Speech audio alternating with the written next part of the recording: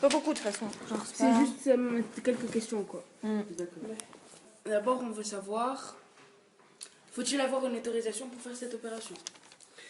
Alors, non. Non. Non, dans l'absolu. Sauf pour les patientes qui sont mineures. Donc, les patientes qui sont mineures.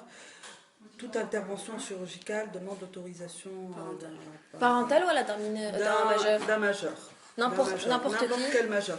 De son tuteur, en fait, tuteur légal. Pour toute intervention chirurgicale. C'est pas que ça. C'est pas Ça doit être les parents, Marnia. les parents ou son tuteur légal. Toute intervention chirurgicale. Ouais. Pas uniquement ça. Mais sinon, si elle est majeure et tout, bien sûr, il n'y a aucune autorisation à avoir. Ok.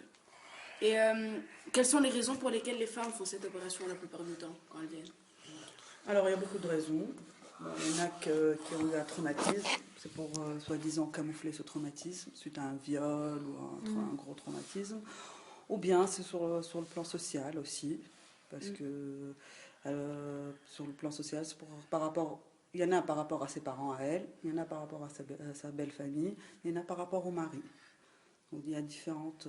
Des fois, elle a des relations sexuelles avec son mari, qu'elle va épouser, et quand même elle fait l'opération pour ses parents ou bien sa belle famille. D'accord, ok. Et comment se déroule cette opération? Alors il y a deux types d'opérations. Il y a l'immunorachie et il y a l'immunoplastie. L'immunorachie, c'est une petite intervention. Donc, il y a juste en cours les bords de l'hymen. L'hymen, voilà. Mais ça ne tient pas. C'est une intervention qui se fait une semaine avant le mariage.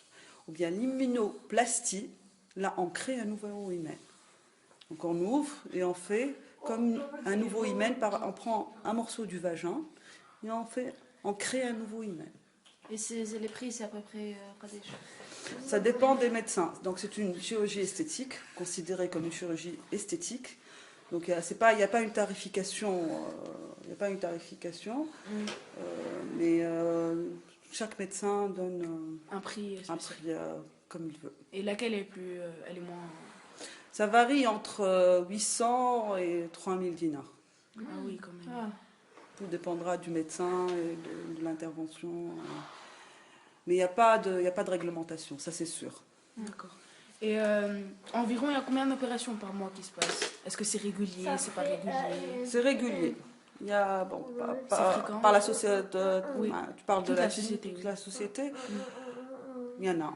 Par exemple, quand moi je vais à la clinique, il y en a un minimum 2 par jour. Hein. Ah oui, minimum 2 par jour. Il y en a 2 par jour. 2 par jour par mois, hein, bien sûr. Oui. Je parle de tous médecins confondus.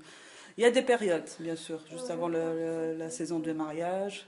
C'est plus fréquent vers le mois de mai, parce qu'elles se marient en général au mois de juillet, août. Voilà. C'est très fréquent. Et tout le monde peut y avoir accès? Tout le monde. Et quelles sont les classes sociales, la plupart? Toutes les classes sociales. Alors et là, la plus fréquente, c'est vrai que c'est celle du milieu rural. C'est vrai que c'est plus fréquent. Mais aussi, on a plusieurs cas même dans les pas rurales, hein, même des classes aisées. Hein. Et c'est un phénomène récent ou depuis la nuit des temps? Depuis la nuit des temps. Ok, merci beaucoup. C'est tout? Ouais. Ah bah c'est tout. Allez, bon courage. Merci. Bon courage. Si tu as des questions,